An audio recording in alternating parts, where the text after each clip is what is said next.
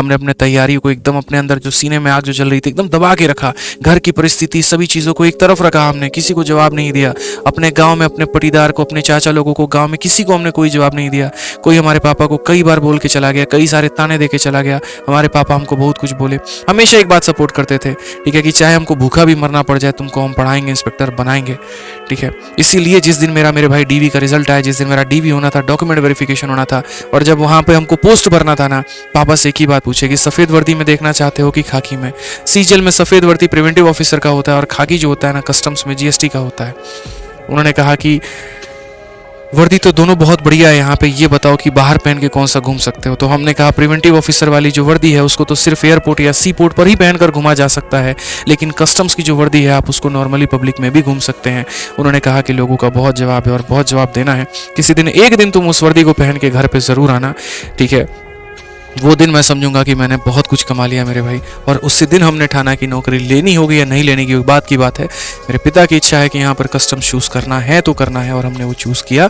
हम वर्दी पहनकर घर पे गए, और आज भी जितने लोग वहाँ पर मौजूद थे ना, आज भी उनका फेसबुक देखता हूँ, व्हाट्सअप देखता हूँ मेरे भाई, जो ये पापा को कहते थे तुम्हारा लड़का क्या करेगा, यकीन मानो जिनसे गंदे लेवल के भी झगड़े हो रखे थे ना, आज अपने व्हाट्सअप पे और फेसबुक पे हमारी वर्दी वाली फ़ोटो और अपने साथ की फ़ोटो उन्होंने लगा रखी है, और दिखाते फिरते हैं यहाँ पे कि देखो हमारा भतीजा, हमारा भांजा, हमारा ये, हमारा वो जो है यहाँ पर कस्टम्स में है। बड़ी बात नहीं है, लेकिन गांव में आपका कस्टम्स में होना एक बहुत बड़ी बात है। ये बहुत फर्क समझ में आता है। आज मैं टीचर के रूप में कम और एक्साइज इंस्पेक्टर के रूप में अपने गांव में ज़्यादा जाना चाहता हूँ। फ़र्क है इस बात का। वो एक सरकारी नौकरी का जो एक भौकाल रहता है वो अपने आप में ज़बरदस्त होता है।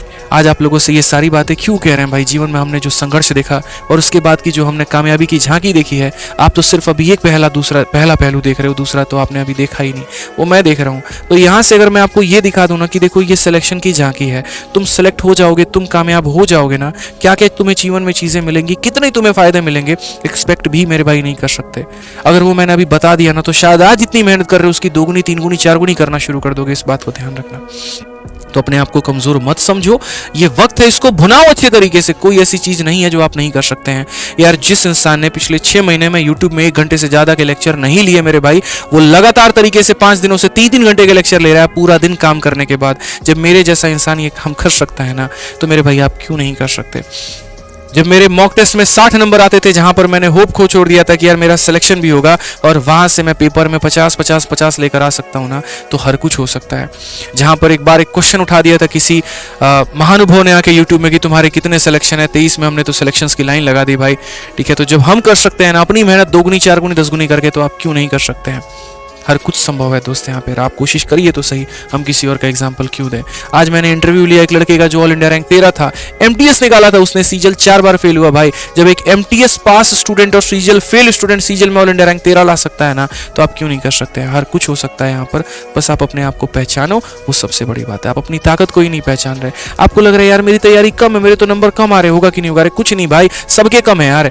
अपने आप को कम मत आको, बेहतर कर रहे हो बेहतर करो, शेड्यूल बनाओ, सुबह से शाम तक पढ़ो और बेहतरीन करो अपने आप को। एक इंसान है, आपका भाई है, यहाँ पर आएगा, आपको पढ़ाएगा भी, आपको मोटिवेट भी करेगा मेरे भाई, आपके जीवन के हर पहलू पे आपके साथ रहेगा।